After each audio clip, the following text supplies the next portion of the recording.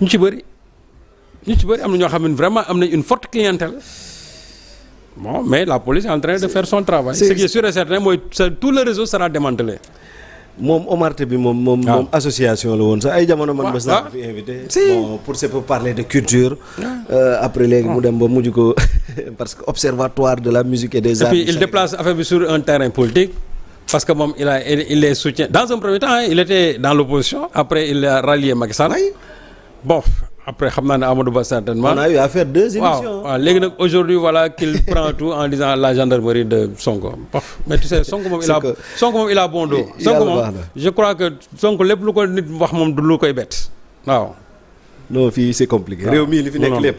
alors gars yi yéen ñi ñuy seetaan ma leen di fàttali rek ne Serigne Saliou Gueye laa nekk pàcc bu njëkk bi ci émission bi la ñu jagleeloon lu soxal wàllu presse toftal ci un peu coowal Omart City boobu ñuy dégg donc Serigne Saliou Gueye mu ngi leen nuyu bu baax a baax da ngeen di aimé commenté boole ceeg partagé ma nuyu leen yéen itam 30 secondes la balaa may demaat ci yeneen pàcc yi ndaxte assemblée la ñu jëm ak El Malick ak ñoom i seen donc Fatou Lalla Thiam maa ngi laa ziar Alassane Lo Asnia maa ngi lay ziar MTC bu pro donc Pape Samba nuyu naa la Khadim Diouf maa ngi lay nuyu bu baax a baax suma gars yi ci solution TV waa Walf Assane Sanjoogu ma jigéen Omar yéen ñëpp maa ngi leen nuyu Souka Natouche Assine Alassane Lo Khadim Lo suma waa ji maa ngi lay ziar bu baax a baax Aline Salzar nuyu naa la Aziz Gueye Ousmane Kane donc yéen ñi ñuy suivre ñëpp ñu ngi leen di jaajëfal di leen jox seen wàccuwaay Lamine Diakhabi Serigne Sarr yéen ñëpp cant ak ngërëm ñeel na leen.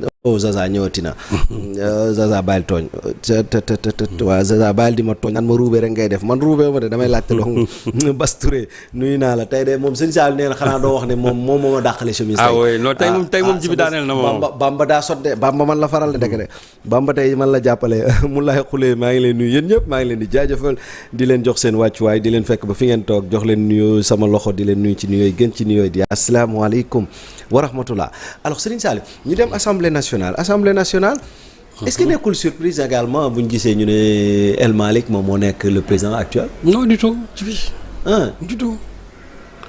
du tout c'est-à-dire gis nga comme lecture politique bi ngeen gisee El Malick ci liste yi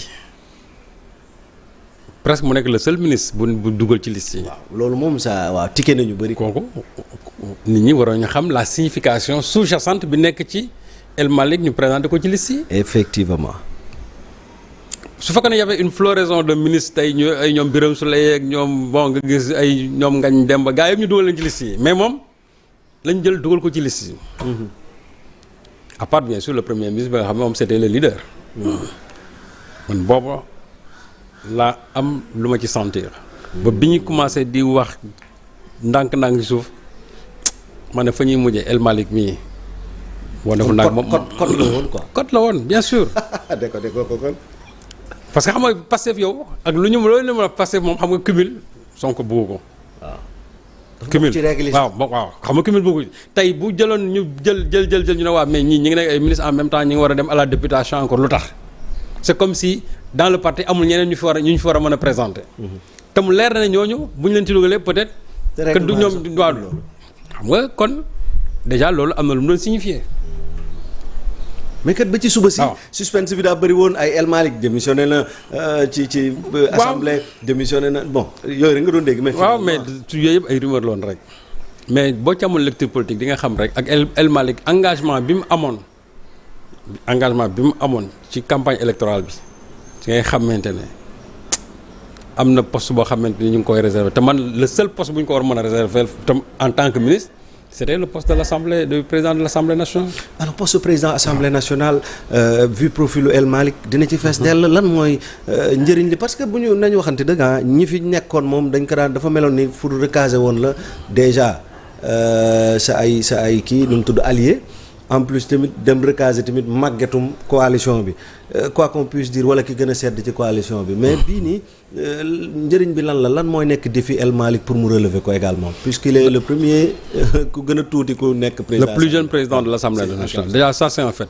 Et puis ça montre vraiment l'esprit de rajeunissement même aujourd'hui de la politique sénégalaise surtout de l'actuel pouvoir. ñu ko seq ñëpp ay jeunes lañu. waaw loolu c'est vrai que assemblée bi y a une diversité parce que doyen Alla Kane quand même il a plus de 80 ans. Mais boo xoolee la plupart la plupart ñu ci bëri en tout cas concernant le PASTEF ils n'ont investi majoritairement que des jeunes. te loolu mu nekk lu am importance parce que nag mënuñu wax ne jeunes yi ñoom. ñoo ëpp waaw borom xaal bi moom dafa bokk ci émission bi donc sama gars ñi daf ci bokk. jënd leen xaal ci borom xaal bi waaw daf ci bokk donc la présence de El Malick en fait moi je crois que c'est pour aujourd'hui jox à l'Assemblée nationale beneen xar kanam El Malick koo xam ne d'abord c'est un bon communicant c'est un produit pur sucre du PASTEF. Et c'est quelqu'un boo xam aussi qui a la confiance du chef de l'État et du Premier ministre. El Malick je crois que c'est l'un boo xam ne mën nañu wax ne dans son ministère en peu de temps il a relevé beaucoup de défis. moo tax soo gisee sax ñenn ñi affaire bi xaw leen métti ndax mu dem fële le travail qu'il avait déjà entamé au sein même du ministère des infrastructures et des transports. liggéey bu am solo non il a fait je te dis. les événements religieux rek gars yi ñu daan sonn en moins de 8 mois. waaw El Malick a fait un travail de titan. moo tax ñenn ñi ñu ngi doon wax ne vraiment El Malick dañ ko woon bàyyi foofu mais aujourd'hui su fekkee ne la représentation parlementaire soxla na ko je crois que foofu war na fa mën a dem toog et je suis sûr et certain que les députés l'ensemble des députés les 165 députés ne regretteront pas d'avoir El Malick comme président de l'Assemblée nationale. Et je sais que ne c'est quelqu'un boo xam ne day tëdd njaaxanaay assemblée nag c'est la représentation parlementaire avec des opinions vraiment diversifiées.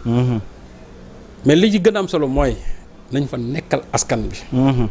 et loolu keroog dafa am quelqu'un ku ñuy wax Guy Marius Sagna bu wane loolu bi ñu ne El Malick mooy nekk président assemblée moom dafa am lu mu fàttali benn épisode boo xam ne et ça moi j'attendais à ce que l'opposition parce que man loolu. maa ngi ko doon xaar. lañ ko doon xaarandi pour man dama mais opposition bi lan moo tax ou soit ils ont une démission avec eux. mais en tout cas siwalaguñ ko comme que siwalaguñ ko ñoom il leur revenait quand même de droit. de dire que en réalité El Malick ne devait pas siéger en tant que ministre foofu s'il n'a pas démissionné de son poste. effectivement. Guy Marius Sagna ba mu ñëwee li mu wax nee na El Malick suñ ñun la bokk suñu lépp la mais nag dafa am lu fi xewoon daaw fi ba daaw jég ba ay gendarme duggoon fi. ñu xeex ko.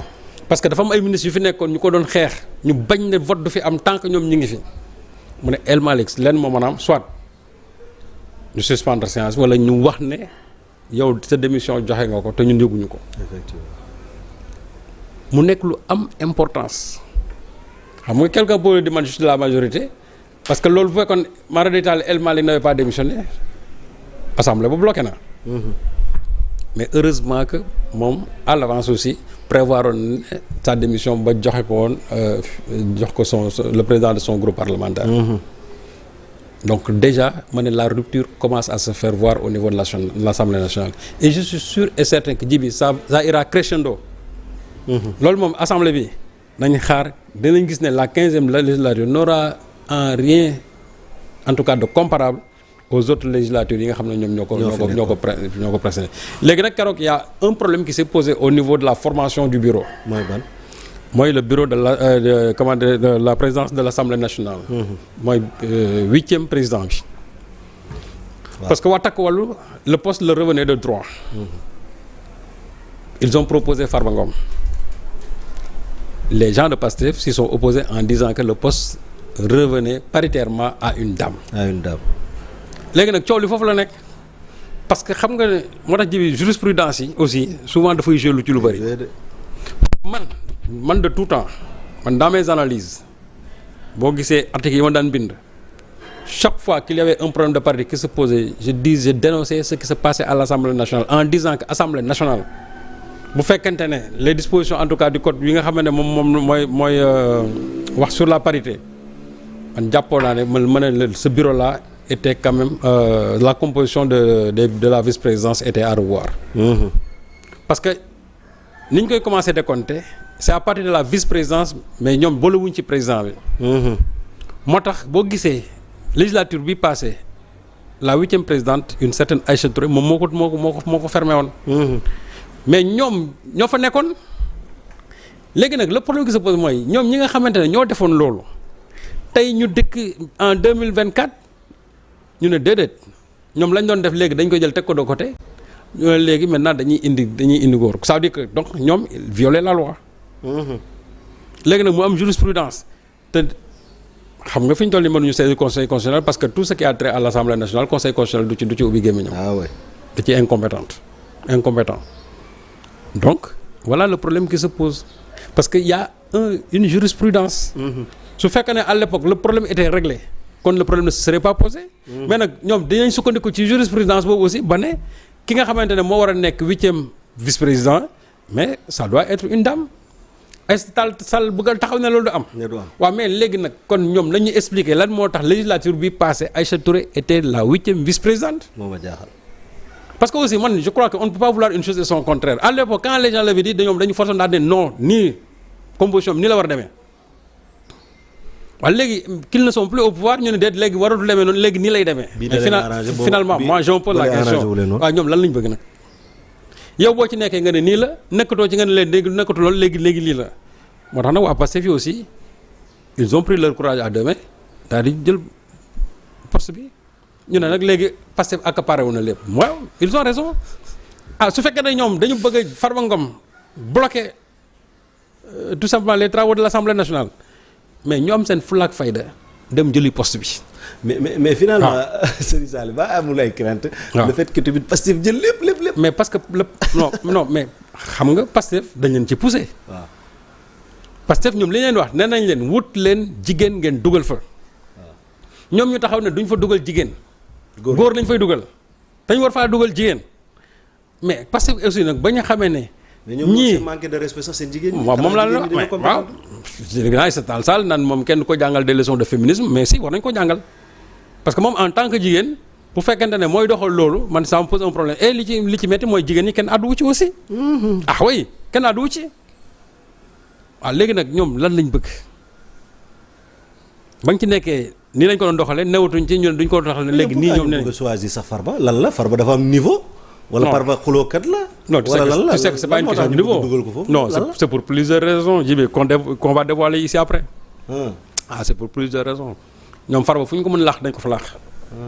choix bi non le choix n'est pas fortuit xam nga c'est pas en termes d'idée yow xam nga tu sais que au sein de l'Assemblée nationale su fekkee ne vraiment c'est une production d'idées Farba n'en a pas. waaw franchement kan moomu mën a taxaw wax ne un jour dégg na Farba muy toog di wax bay citer ay articles sax kenn musu ko wax kenn. am doo dégg mu citer article doo ko dégg ba muy wax ci yenn questions yi. économique yi doo koy dégg. Farba c'est toujours teesante menace nit ñi et cetera c'est tout ça d'ailleurs moom loolu moo fay rôle am mais c'est pas vraiment en termes de production d'idées franchement ni aussi de stratégie parlementaire donc ñoom li tax ñu bëgg ko dugal foofu vaille que vaille dañ koy laax ñoom ñoo ko xam mais ñun aussi xam nañ lan moo tax ñu bëgg ko fa dugal bu ko fa bàyyi. kon comprendre nañ. waaw mais léegi mu ngi noonu perte 10 perte les rek. Sëñ Saliou léegi fal nañu def nañu xam nañu fi mu toll nii lépp ñu ngi wax déclaration politique générale Ousmane Sonko dinañ ci soññ ci conseil des ministres ak le président de la république. kañ lañ ko mën a xaarandi ak naka la war a mën a demee puisque ñu ngi jouer ak le temps marathon lañ waroon def mais fi mu toll nii waxuma sax 100 mètres. mais waaw mais xam nga situation bi yëpp ji bi ce qui est regrettable mooy c'est que ñi fi nekkoon député ñoo ñu indi ci situation bi. waaw compliqué na de situation. et voilà des gens qui même aujourd'hui dans l'opposition continuent de vouloir toujours mettre des bâtons dans les roues.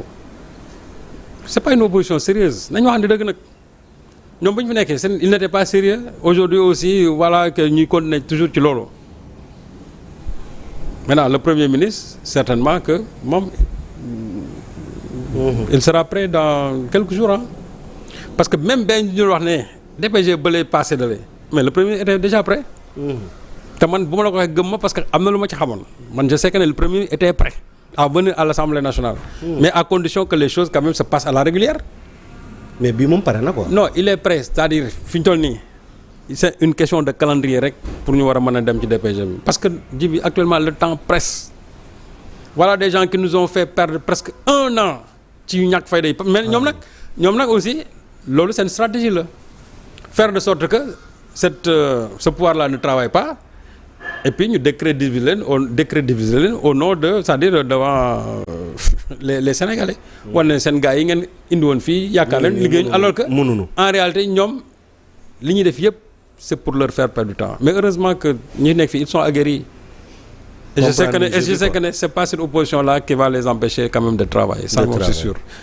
fi mu toll nii Serigne Saliou ginnaaw El Malick dugal nañ ko fële nooy jàngatee également réaménagement bu ndaw bi ñu def ci gouvernement bi Abbas Fall nekkoon député ñu yóbbu ko ci place kii di ministre bi di Yankhoba Diémé donc jël El Malick dugal ko assemblée jël Yankhoba dugal ci El Malick changement bi lan lañ ci mën a xaarandi ñun sénégalais yi. Bon, tu sais, d'abord, comme ni constitution bi waxee c'est le président qui nomme au poste civil et militaire. Donc, l'initiative lui revient de droit, bien sûr, par la soumission du Premier ministre. ñu bëri nag il s'attendait à ce que mu am benn genre séisme yooyu am na vraiment remaniement mais moi j'ai compris pourquoi ñu El Malick ñu dem ñu génne kenn rek dugal parce que déjà gouvernement bi ba léegi liggéey wu ñoo c'est-à-dire que ci seen programme laa wax en réalité ils ont travaillé bi fi ñëw léegi mais ci seen programme ñoom bi nga xamante ne moo tax ñu fal leen ba léegi ñoom liggéeyaguñ ci donc li taxoon ñoom ñu tab leen fi te gisuma fi aussi vraiment loo xamante ni war na tax ñu fiy indi ay remaniement ak wala sax yenn grand réaménagement yi donc pour que le travail continue moo tax boo gisee sax keroog on a fait l'annonce tardive au palais de la République dañu El Malick dafa génn ñu déplacé Yankhoba ba pare dugal kii comment dirais-je Abbas Fall léegi nag y a une stratégie parce que Abbas aussi dans sa posture moi je sais que c'est quelqu'un qui veut filer vers la mairie de Dakar. mais foofu yaa rencontre entre Abbas et Barthélémy Dias sûrement. ku jiite travailleurs yi Barthélémy. waaw moom laa la waaw non mais c'est bon c'est-à-dire que il y aura une rencontre pas de confrontation sur le terrain et ça permettra à Abbas aussi vraiment d'acquérir yenn expérience yi en attendant bien sûr d'aller vers la conquête de la mairie de Dakar parce que je sais que ne Abbas moom li ko gënal lépp mooy c'est la mairie de Dakar. Et beaucoup de Sénégalais aussi, en tout cas beaucoup de Pastéfiens le voient à la tête de la mairie de Dakar. Bon, si les choses ne changent pas entre-temps, mais moi je l'aurais bien vu là-bas comme étant vraiment le maire de Dakar. Parce que c'est le maire de Dakar... Mais est-ce qu'il doit réduire ses chances puisque suñu xoolee ne cumul bi moom déjà dañ ko tegee... Ouais, mais il peut bel et bien démissionner comme El Malick l'a fait. Démissionner pour aller occuper tout simplement la mairie de Dakar. C'est ça. Rien ne l'empêche de le faire. Mais man de ce que je lui souhaite vraiment bon vent et puis qu'il travaille en harmonie avec ñi nga xam ne moom la fa fekk parce que déjà la machine est huilée donc moom bu ñëwee rek il s'intègre et je crois que il va dans la même direction quoi avec le même rythme. waaw alors sëñ Saliou